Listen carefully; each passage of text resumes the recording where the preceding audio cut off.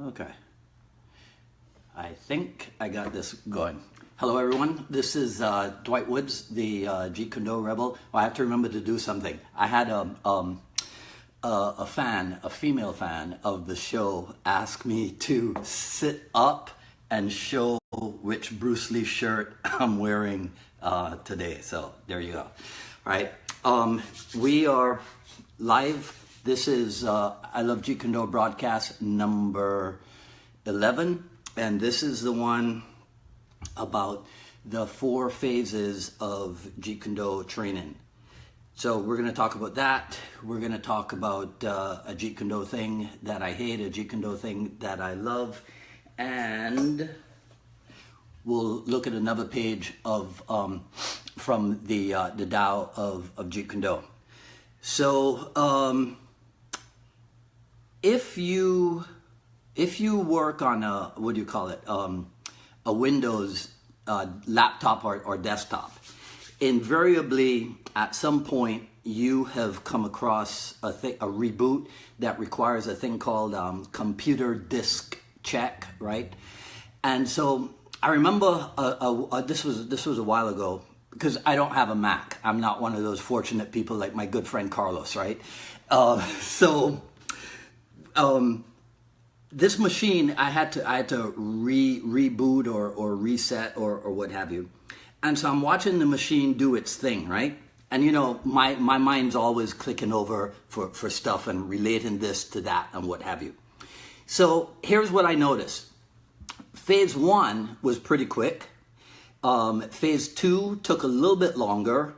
Phase 3 was quick also. And then phase 4 took quite some time, right? So all this made perfect sense to me, right? And in ways that probably in the next 20 minutes or so, by the time we're done with this broadcast, will make sense to you also. And you won't think I'm as crazy as I know some of you do think.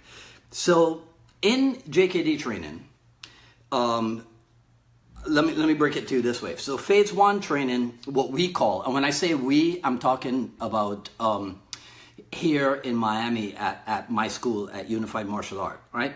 So phase 1 for us is what we call the coordination level. And a student, just like the laptop or the desktop in Windows, a student can quickly feel the effects of his or her training in phase 1. In phase 2, which is the combat drills, the student's development can take longer because now there's this plethora of drills that you work with. In phase 3, what we call flow drills, there's still a lot of material, but so much of it is based on speed, let's say, right? I mean, a lot of it is more than speed, but a lot of it is based on speed. And then phase 4, which is freelance drills, well, that's where you can spend a whole lot of time. Truth is, you could spend a whole lot of time in any of these phases, right? But I'll as we continue, I'll go ahead and break it down for you. I remember when I started with Sifu Dan, I wasn't at all interested in things like belts and ranking and all that. I mean, I was pretty much aware that there was no belt system, so to speak, in JKD, and I wasn't really that concerned. As a matter of fact, we have a joke about this. I think in all my years of martial art training, I've been promoted like with a belt, like awarded a color of anything. I think I got to yellow belt in Wushu Quan, or maybe even not. Maybe I got to ungraded white in Wushu Quan. And then I think I got white glove under Salem Asli in Boxe Française Savat. So that's pretty much it as far as ranking, right? Which reminds me of something else that I have to tell you about later on that happened to me. Okay, so so I'm talking about Sifu Dan, right? So those of you who have done your homework, you would probably recall that in the early days of JKD at the Kali Academy in Torrance, that there were the phase classes, and then there was the separate Jeet Kune class that you had to be voted into, right? So somewhere in my paperwork, I have Again, those who have done your homework will recall that in 1984, after about 10 years of operation, the Kali Academy kind of folded and was folded into what became the IMB Academy. And so I used to spend sometimes a Tuesday morning or a Thursday morning traveling, I would traveling out to LA, and I would spend time with Sifu Inasano, with Simo Paula Inasano, and sometimes people like Bert Richardson or Salem Asli even, right? They would be at the IMB training in Sifu Dan's morning class over there. And so I think that's where I picked up some IMB paperwork, and part of that paperwork was a breakdown of the phase training. And but like so much of my stuff, that original publication is somewhere in storage. But I did find something in my store of notes, and I'm going to read it to you. Actually, today I'm going to read a couple things with you, right, which is good practice for me, right? So let's see here. Okay, so here's what it says, and this is something from. Regrettably, Sifu Bustillo, Richard Bustillo, has passed away, but this is something from one of the IMB websites. So it says that Jeet Kune Do 1 serves as a basic level introductory class, allowing students to experience proper warm-ups, stretching and conditioning exercises before engaging in the various ranges and styles of our martial arts curriculum. Instruction shall emphasize such elements as proper body mechanics, balance, reactionary skills, etc. Physical contact will be limited to resistance training on equipment, such as focus gloves, Muay Thai striking pads, kicking shields, speed bag, heavy bag, and rattan sticks. No physical contact sparring is allowed without instructor approval and supervision. In Jeet Kune Do 2, the advanced class is contingent upon satisfactory completion of individual testing. Scheduled quarterly testing is encouraged after completing the basic 6-month probation period. The Phase 2 class includes training with the Mukjong wooden dummy, counter for counter drills, and controlled contact sparring within the 3 ranges of martial arts at the discretion of the instructor, right? So that was something those were notes that I had made at some point, and so I had access to them. Then the thing that I definitely had direct access to is the phase breakdown from, look at this thing, it's fallen apart. Actually, to be honest, it has fallen apart. All right. So this is the Junfan Jeet Kune Do textbook. So in here, here's what it says, and I'm reading again directly, right? So those of you who have this, you can verify, go take a look at it when we're done. Phase 1 consists of general conditioning, cardiovascular training, muscle strength training, combined with improving the functional level of individual performance factors, basic weapon development, footwork and mobility, etc. This phase is of paramount importance as it sets the base for all future work, both general and specific. Inadequate preparation at this stage is a prescription for future problems, right? That's pretty cool. All right. Phase 2 involves transforming the performance factors which have been developed in the previous phase into new, higher, and more complex standards for performance. Combative attitude and technical problems are stressed while maintaining the level of physical condition achieved in the prior phase, right? So you can see how everything is progressive, one after the other, right? Phase 3 is concerned with the elimination of known weaknesses, correction of faults, stabilization of the newly acquired skills and abilities, and the engagement in sparring. So now this part here isn't necessarily describing the phases, right? It's just like general information. How long, but it's really interesting. So watch what happens here. How long each phase should be depends on how many technical or tactical skills and techniques have to be learned and the level of the student. Training is to an extent an individual matter. So on a side note, right, this is why in JKD, both in the old days and probably even today, it is sometimes difficult to structure your school or maybe even your training or your curriculum the way they do in a more traditional or classical establishment, right? Because we're focusing on the individual. We're also focusing on a thing that is not a product, it is a process, right? And so there's no way that you're going to be able to say, you know, all the white belts this and all the white belts that, right? My good friend and well, Daniel's kind of my student because he's Wayne's student, but Daniel is an instructor in his own right. He runs his own place in Barbados. Daniel's watching, so he'll know what I'm talking about. In the Shotokan that I spent some time with down in Barbados, I got myself. I used to, well, I don't want to say persecute, but I used to ask these guys a lot of questions about a lot of things.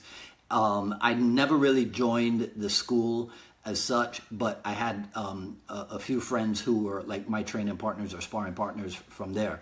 But I guarantee you, the white belt stuff was fixed. This is what all the white belts had to do, and this is what they had to learn in order to go from white belt to yellow belt. So it wasn't necessarily that you were catering to the individual. It wasn't that you were trying to shape the art to suit the person, right? What you were doing is shaping the person to suit the art, because everybody had to look the same way. Everybody had to look like they were doing this thing called Shotokan. And if you know me, this is not a knock on Shotokan. I guarantee you there are probably more people studying Shotokan around the world than they are studying Jeet Kune Do. So they got to be doing something right at some point and on some level, right? Anyhow, performance. Let's get back to reading. Performance is the sum of numerous factors which can vary from individual to individual, even if ultimately the same results are achieved. A martial artist deficient in power, listen to this, a martial artist deficient in power may compensate for it by superior technique. Inferior technique may be compensated for by aggressiveness. So when I was making my notes and preparing for this broadcast, that part about inferior technique, it kind of resonated, because in the JKD clan, we have some people whose technical ability is not yet at the level where they should really be in charge of a group carrying the title of instructor or such, right? I'm not saying that people shouldn't be able to do their thing. Of course, you got to be able to do your thing. It's just that if we are going to compete, for lack of a different expression, if we are going to compete with other martial art methods that are out there, then you want your representatives to be people who actually know what they're doing, right? So this thing about inferior technique being compensated for by aggressiveness, I can remember seeing that for myself within the JKD clan. And so there were people who were allowed to start teaching and maybe even conducting seminars, and it wasn't that their ability to do such was at that higher level, at like the requisite level, but they were definitely aggressive, right? And so to a certain degree, a certain amount of aggressiveness or a certain amount of assertiveness to push things forward might be welcome, right? Anyhow, what it says here finally is, for this reason, it is very important to identify and fully mobilize each individual's potentials. So, I mean, that again, that sounds like private lesson almost type of thing. Not really something that is able to be conveyed en masse, which is why I think there are people who will maintain that that Jeet Kune Do cannot be taught to in a group setting, right? And you'll hear that, actually this will come up later too, but I'll tell you about it now, that Bruce Lee himself, that Bruce Lee would never award a Jeet Kune Do certificate, right, or Jeet Kune Do instructorship or whatever it is you want to call it, to anyone unless they had been personally and privately trained by him, right? So to get back to the phase thing, here's what I am pretty sure I never saw. Even though we heard everything about it, phase 1, 2, 3, 4, and what have you, I am pretty sure, I don't recall ever seeing anything written for phase 4. Right? So when I was structuring my own curriculum, I built it around the idea that there would be material for the first 3 phases, but then phase 4 would remain kind of like this nebulous idea that had no form to it, right? So for me, phase 1 became all about building up your coordination. So that's what phase 1 is for us, coordination level. Because without coordination, what are you going to do? You can't do anything if you lack coordination. So phase 1 was coordination. Phase 2 then was conversion of the coordination drills into combat drills, right? Phase 3 was a blend of 1 and 2 into flow drills, like I mentioned before. And even though there was no name for, there was no written material as such, that's not really true, because over the years, there's a tremendous amount of material for all 4 phases now.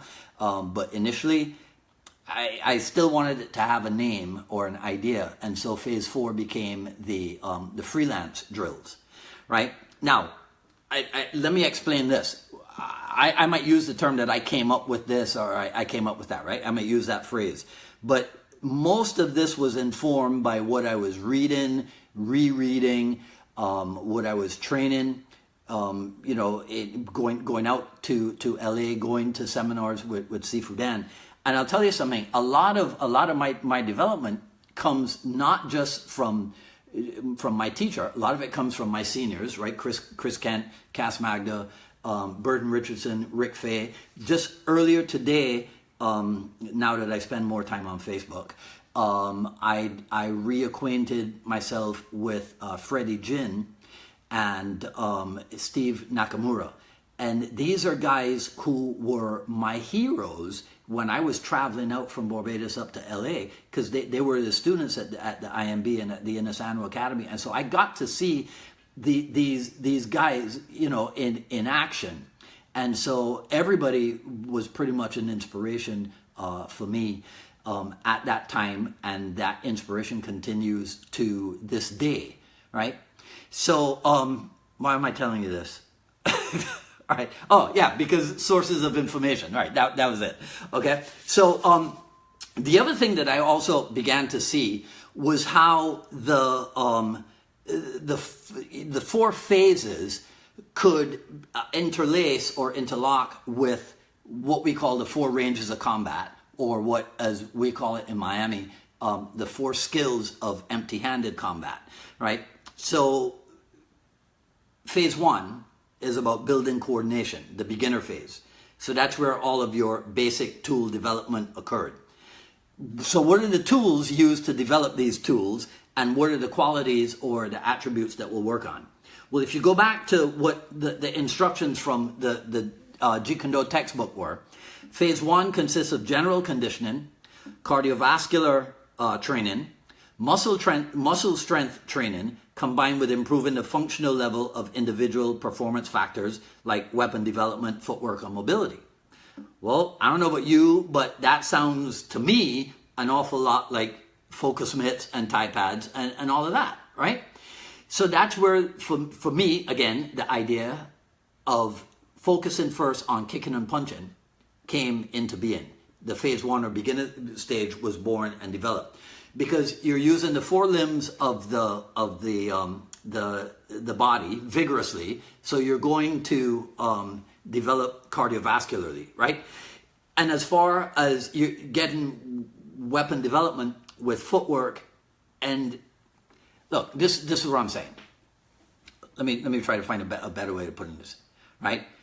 Kicking and punching require you to achieve and or obtain impeccable control over your own center of gravity, right? I've talked about this. I probably mentioned this every single broadcast. The Way of the Warrior documentary, when they show the section on Jeet Kune Do and Chris Ken and Cass Magda are hitting the focus mitts, and the narrator says, learning to fight ferociously, right? So we're dealing with a certain amount of attitude, right? In your focus mitt training, in your basic tool development, in your cardiovascular conditioning and stuff like that, right there in phase 1. That is a lot of stuff on which to focus and concentrate, right? So, another reason why for me it was important, and I hate that I have to keep saying for me, but if I don't, then somebody somewhere is gonna come up with this crazy idea that I think I'm talking for everyone, right? So bear with me if every few minutes I say for me. But the idea was, this is how it used to be in the old days. If you ask somebody what's a kick, they'll tell you that's when you use the leg. What's a punch? That's when you use the arm. You ask them what's trapping, and very few people would know what that was. Then you ask them what's grappling. Now, things have changed over the decades because this past Monday, so I'm teaching my fitness kickboxing class at the Pilates studio. And there's a new student there, and she and I were talking before class about her background and what have you. And when I talked about grappling, she knew what that was. Why? Because of the popularity of UFC and MMA and what have you. But still, a lot of people don't know what trapping is, and but everybody still knows kicking and punching, right? So,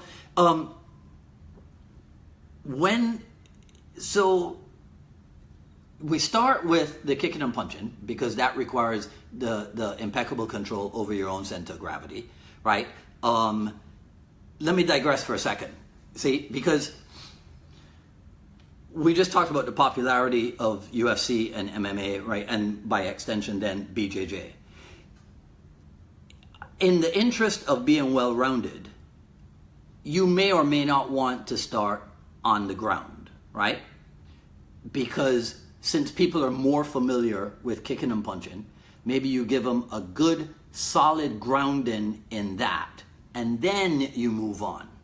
But if you're a grappling school, then you use the same idea. You have your basic material, and so you have basic material that starts on the ground. It's just that my experience has been that people who have, and that's why we even coined the phrase, people who have impeccable control over their own center of gravity, it's much easier for them to go into trapping and grappling because those two skills require the skillful manipulation of your opponent's center of gravity. So if my goal is to develop well-roundedness, I want to be good at stand-up, as they call it, and I want to be good at ground, as they call it, then I'm going to focus on achieving a certain level of self-movement and then invest my time and practice in moving other people around, right? So I hope I'm doing a good job of making that clear, right? Phase 2, remember that it says, let me read it again. Phase 2 says, involves transforming the performance factors which have been developed in the previous phase into new, higher, and more complex standards for performance. Combative attitude and technical problems are stressed while maintaining the level of physical condition achieved in the prior phase. So you see that thing there about combative attitude? Well, a good way, we talked about combative attitude with the focus mitts, but now if I'm taking the focus mitt drills and I'm converting them into glove drills, so now I'm no longer hitting at my partner's handheld target, now I'm hitting at my partner and my partner's hitting back at me because we're wearing the gloves and maybe headgear and maybe the mouthpiece and what have you, right? So in the same way, so we're not sparring, right? It's glove drills, right? If you go back to, let me tell you a story about this, why this is important, right? So I was probably the first person in Barbados to own a pair of focus mitts, right? Daniel, if I'm lying, you can chime in on this, right? But I was probably the first person to own a pair of focus mitts in Barbados. And at that time, one of the groups I was working with was a Taekwondo group. And so I took the focus mitts over to the place where we were training. And it wasn't my group, so I wasn't in charge. I was just there, you know, because I would train with anybody at that time. And so I handed the focus mitts to Scott, who was in charge of the group. And I swear to you, this is what Scott did. Right? He put the focus mitts on, and then he just kind of stood, you know, at the top of the line like this. And then we were in line, and we would just kind of move up and kick the focus mitts that he was holding, you know, in his two hands. So for a lot of people, maybe it's different today, but for a lot of people, when they train with equipment, they become what we call a pad holder, right? Well, that's not aliveness. So we have a phrase that we use at UMAA where we talk about feeding the way you fight. So when I hold the focus mitts, it's in a way that is very closely related to the way that I might hold my hands in a fighting position or what have you, right? Okay, Daniel, thank you so much, right? So, you don't want to be a pad holder, right? I lost my place here, so give me a second, right? So now with the boxing gloves and the shin gear, we can do offense and defense drills on each other. But now we got to make sure that we exercise control, because you don't want to mess your training partners up, right? So here's where an idea, right, of cross training in maybe Muay Thai or box française, right? I'm thinking of box française because Salem Astley is going to be in Coral Springs on Saturday, and a bunch of us are hoping to go up and work with him up there. In box française training, there's a thing, what I call it the 5 rules of BFS, right? So the rules are, you use full extension of the limb, you stay in motion, you use control, you respect the range, so that means you kick when you're in kicking range and you punch when you're in punching range, right? And then you go for the touch. And I think that if you look at all of those, you can find Bruce Lee, like if you look at a Bruce Lee fight scene, for example, right? You could find Bruce Lee in all of those things. So it's not something that we got out of Jun Fan kickboxing. It's something that we got from box française. But you can take those 5 rules and you can apply them across the board in all of your kickboxing methods. Stay in motion, use full extension of the limb, use control so you don't whack each other too hard, respect the range, right? So, you know, you don't want to be here trying to kick, and you don't want to be here trying to punch, right? And then go for the touch. So it's not like, you guys are probably not old enough to remember that there used to be a thing called non-contact sparring, right? Where you would come as close as possible to the target, but you wouldn't actually hit the target, which is actually, there was a period here in the United States where that's what tournaments were like. So, you know, when people talk about Bruce Lee, how he never competed and he never did this and what have you, it's because there was a time where in order to compete, you had to train in non-contact stuff. Well, boxers never went through that, and being influenced by the idea and the approach of boxing, that's one reason why Bruce Lee would not have been interested in spending time in non-contact tournaments. Now, I'm not saying that those were the only types of tournaments that there were, but there was a lot of that. All right, so let me digress again, and here's what I'll do. Like I promise you, we'll talk about a Jeet Kune Do thing that I hate and a Jeet Kune Do thing that I love. So I'm going to blend those two, right? And I'm gonna try to do something technical here, because it's, instead of keeping them separate, I'm gonna try to put them together. And oh man, I have to run off camera for 2 seconds because I have something to show you. So give me a second, guys. You can talk amongst yourselves.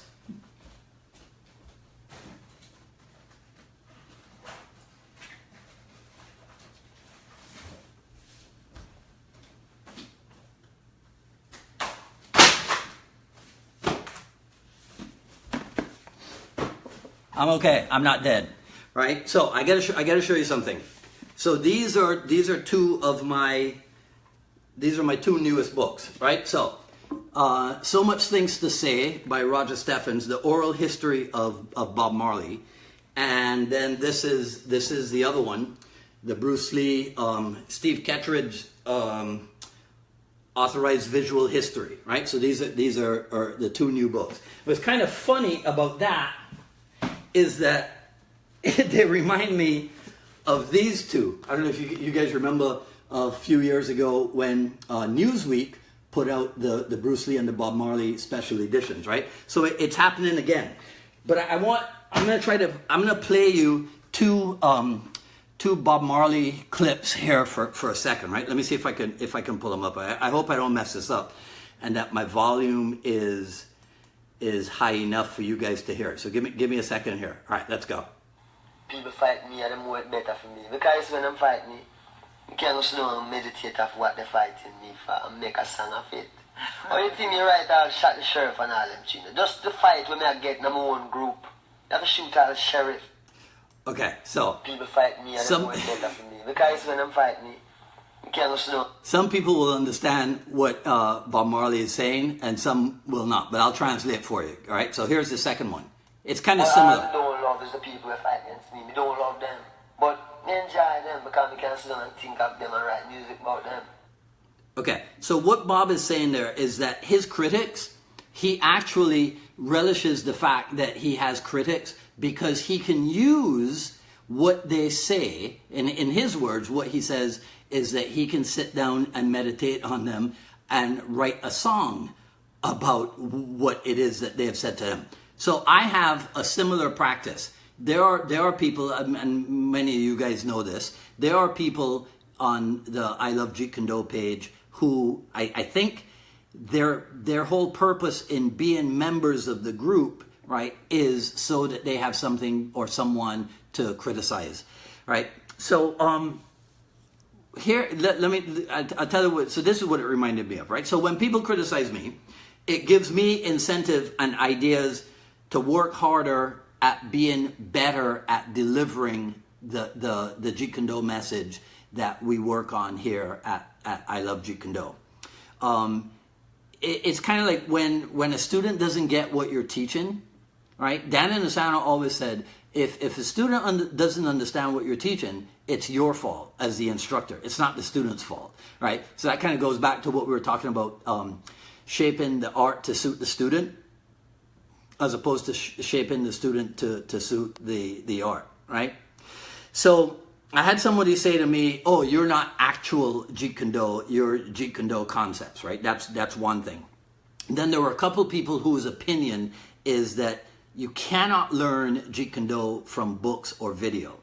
Well, I have never come across anybody who said that the only way or the best way to learn Jeet Kune, to practice or train in Jeet Kune, is from video or book. However, if you're going to tell me that I can't learn anything from this book, or if I get Chris Kent or Tim Tackett's videos, that I can't learn anything from them. Now, I'm not saying that it shouldn't be coupled with some in-person live training, right? Don't get me wrong. The combination of those different modalities obviously is the best thing. But to declare that it's impossible to learn from video or book is kind of ridiculous, because I think everybody, when they go to school, I think you have to read books as part of your studying. And then you take your exams and you get your degree and what have you, right? And I think when people are going to school, they probably learn from video also. So it's kind of ridiculous to say that that cannot be applied to martial art or especially to JKD, when there's still parts of the world where people do not have access to a live Jeet Kune instructor. Right, and then the other one was, and this is one that you're always going to get, right? And actually, I feel kind of honored because people are saying the same thing about me that has been said about Dan Inosanto, which is you're trying to make money off of Bruce Lee. So I'm going to tell you a story about Dan Inosanto. If I remember correctly, it was in Chicago, and he had just spent like an hour, let's say, doing a Filipino Kali demonstration. And then he asked the audience members if anybody had any questions. And somebody raises their hand and says, well, aren't you just riding on Bruce Lee's coattails? And as I remember it, as I recall, he thought, or he said to himself, if I can spend an hour demonstrating Filipino Kali and then have somebody accuse me of trying to make money off of Bruce Lee, then I'm not gonna, be talking about this Jeet Kune Do thing, right? This is how I recall it. I could be dead wrong, right? But it makes sense to me why he would seem publicly to have moved away from the. Plus, there's also the thing about not commercializing Jeet Kune Do. So the other thing that came up is somebody was of the opinion that we talked about it at the beginning of the broadcast. Only Bruce Lee could award a certificate in Jeet Kune Do, and you had to be personally and privately trained with him. And so he referenced, I think it's a 1988 Inasano article or something, and it was about it was Sifu Dan saying that if his students would look at their instructorship certificates, they would all notice that it says Jeet Kune Do concepts or something like that. Well, I have to admit, I can't find my original full instructor certificates because, again, it's probably in a box in storage somewhere. But I'm pretty sure that that the JKD certificate says, certified in Junfan Kickboxing, Junfan Gung Fu in pursuit of the Jeet Kune Do philosophy. But that's you have to remember that is a certificate that was issued to me in 1997. I'm pretty sure that the current certificates say Legion Fan Gung Fu and Jeet Kune Do. So to the individual who was inquiring as to what Inasano certifies people in now, I believe that's your answer. He certifies people in Legion Fan Gung Fu and Jeet Kune Do. Right? Not Jeet Kune Do separately, not Legion Fan Gung Fu, because there is no separation. If you understand, just like we're talking about phases and of training. When people talk, here's another thing that happened. Somebody mentioned to me the expression that was used was refined Jeet Kune Do, like the Ted Wong approach of refined Jeet Kune Do. And I've said this before. I love Terry Tom's, I love both her books, but the second book, do this experiment yourself. If you take a look at what is taught, what is presented in Jeet Kune Do, the arsenal of self-expression, most of it is kicking and punching stuff. That is Junfan kickboxing. Now, remember what we talked about in phase 3. Let me find it and read it to you again so that you'll understand something. So phase 3, gosh, I hope I can find it, right? Okay, phase 3 is concerned with the elimination of known weaknesses, correction of faults, stabilization of the newly acquired skills and abilities, and the engagement in sparring. You see? So, if you seek to refine your kicking, punching, and trapping skills, you know what, let's just leave it at kicking and punching. If you seek to refine your Junfan kickboxing skills, that's it. That's what you're doing.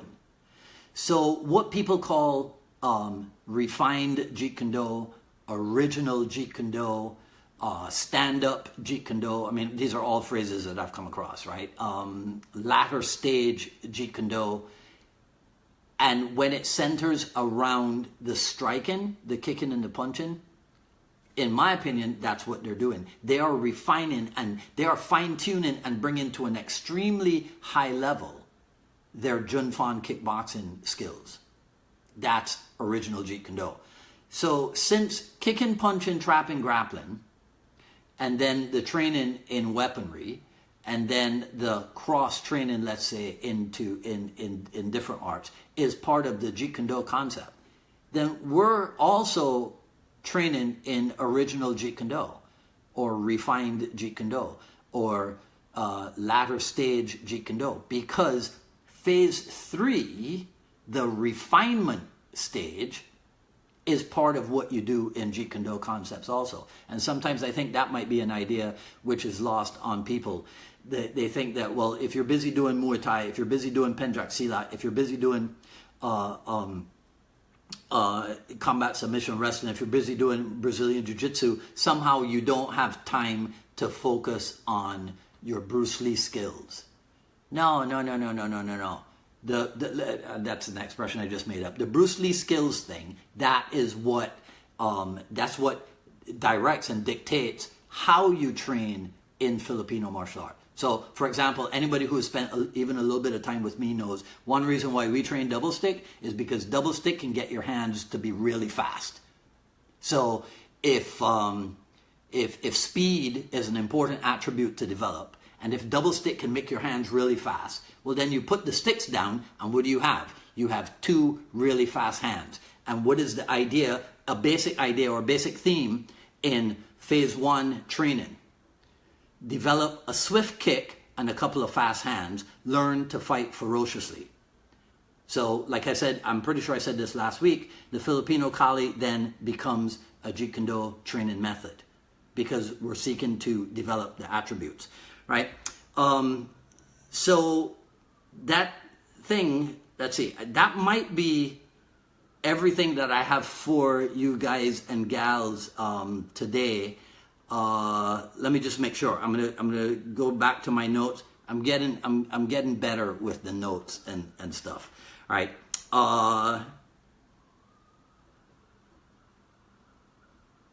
Yeah. Oh, I should tell you one last thing. Yeah, and then we'll finish on this. That whole phase thing of coordination, combat, flow, and freelance. Okay, so I'll check and see if anybody's listening. Play this game with me. Does anybody who is live with me on the show right now have any idea where I took that from? The whole idea of phase 1 being coordination drills, phase 2 being combat drills, phase 3 being flow drills, and phase 4 being freelance drills. Now, if you're like Alfred Magnan or Daniel Jilks, who have trained with me, then you don't get to play this game because you probably know the answer to that question, right? So let's see if anybody comes up with it. I'll give you like 5 seconds, right? 4, 3, 2, 1. All right, so here's where it came from. It came from Filipino Kali, because we'll start with right. Almost, Jamie. As a matter of fact, so Jamie Martin says stages of cultivation. So Jamie, that was actually, I don't know if you were on when I started the broadcast 20 minutes ago, but if we had time, I was going to go into stages of cultivation and development, but I'm going to save that probably for next week's broadcast, right? So it is somewhat related to that, stages of cultivation. But for me, it came directly from the Kali training, because in Kali we'll start with something, let's say like downward figure 8, as that's true, Daniel, everything comes from Kali, but we'll keep that private amongst ourselves. We don't want to get ourselves in trouble as Jeet Kune Do concepts people, right? Downward figure 8 is a coordination drill, but downward figure 8 is also your angle 1 and your angle 2, which you would apply in a combat drill. And then downward figure 8, or your angle 1 and your angle 2, you will apply also in your flow drills. You see? So, I mean, this is something that we'll go in depth in later broadcasts. What is coordination training? What is combat training? And we'll get more specific with it. But I just wanted, for those who for those who think that if you train in something that, as they say, Bruce didn't train in, right? You're somehow rejecting the Jeet Kune Do approach. Not at all.